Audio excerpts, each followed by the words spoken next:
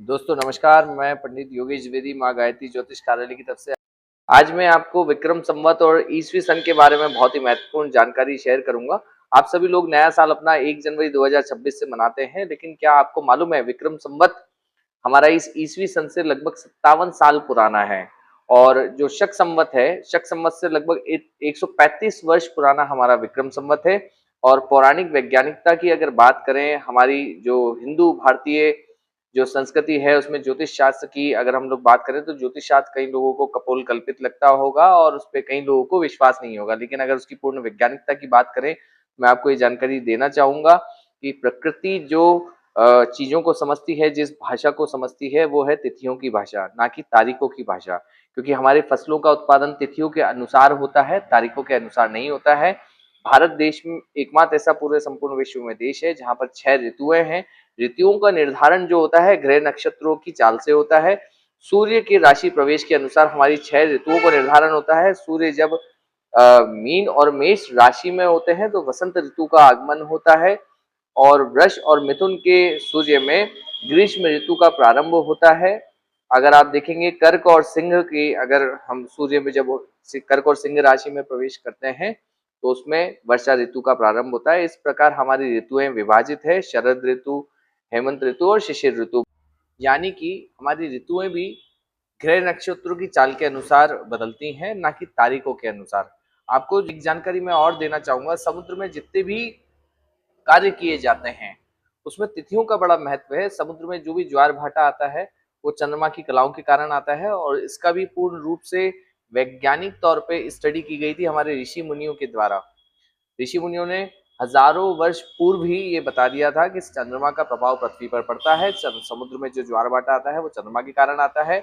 अमावस्या और पूर्णिमा को टाइड्स में बहुत ज्यादा उतार चढ़ाव रहता है, तो वो भी तिथियों के कारण है, ना कि तारीखों के कारण। फसलों का उत्पादन जो होता है वो ऋतुओं को और तिथियों को देख कर किया जाता है। अगर तालमेल रहता है तो हमारी फसल उत्पादन बहुत अच्छा होता है। वहां पर भी हमारी प्रकृति तिथियों को समझती है, ना कि तारीखों को।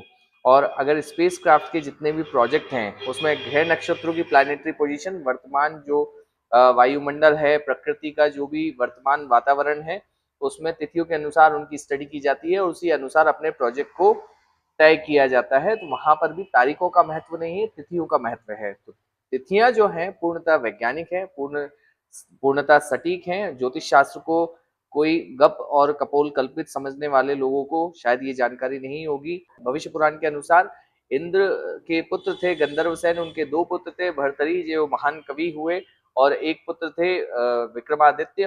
विक्रमादित्य ने शकों को पराजित किया, क्योंकि युद्ध में शकों द्वारा विजय परास्त होने के बाद में गंधर्वसेन उनके पिता की मृत्यु हो गई थी। उसके बाद में विक्रमादित्य जी ने शकों को मालवा प्रदेश से, संपूर्ण भारत प्रदेश से बाहर किया, और विजय उपरांत विक्रम संवत की शुरुआत हुई।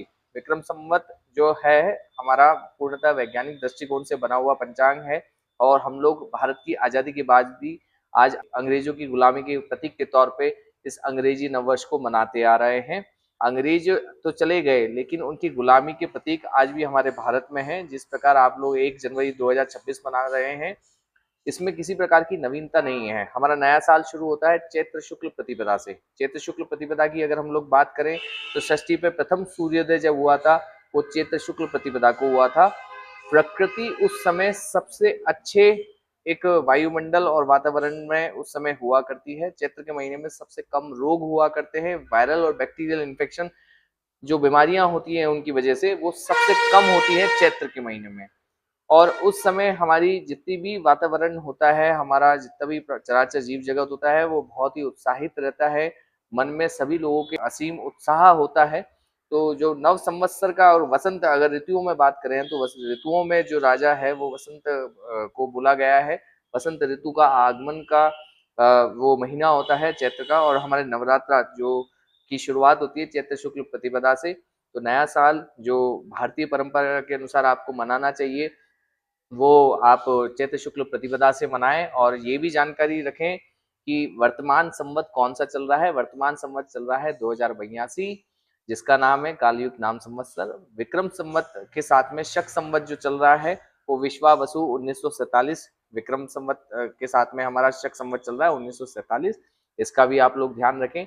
आने वाली जनरेशंस को बताएं। मैं आशा करता हूँ आप सभी लोग हमारा भारतीय नव संवत्सर बड़े धूमधाम से चैत्र शुक्ल प्रतिपदा को मनाएं, और नया साल जब भी मनाएं अपने बच्चों को भी बताएं कि हमारा नया साल जो भारतीय नववर्ष है उसकी शुरुआत चैत्र शुक्ल प्रतिपदा से होती है, जो कि पूर्णतः वैज्ञानिक है और बहुत सटीक है और प्रकृति के साथ में तालमेल बिठाता है। और इसी प्रकार की महत्वपूर्ण जानकारियों को मैं आप मेरे इस चैनल के माध्यम से शेयर करता रहूंगा। आशा करता हूं मेरे द्वारा दी गई जानकारी आपके ज्ञान में वृद्धि करेगी, और इसी प्रकार की अन्य जानकारियों के लिए मेरे इस चैनल को लाइक करें, शेयर करें, सब्सक्राइब करें।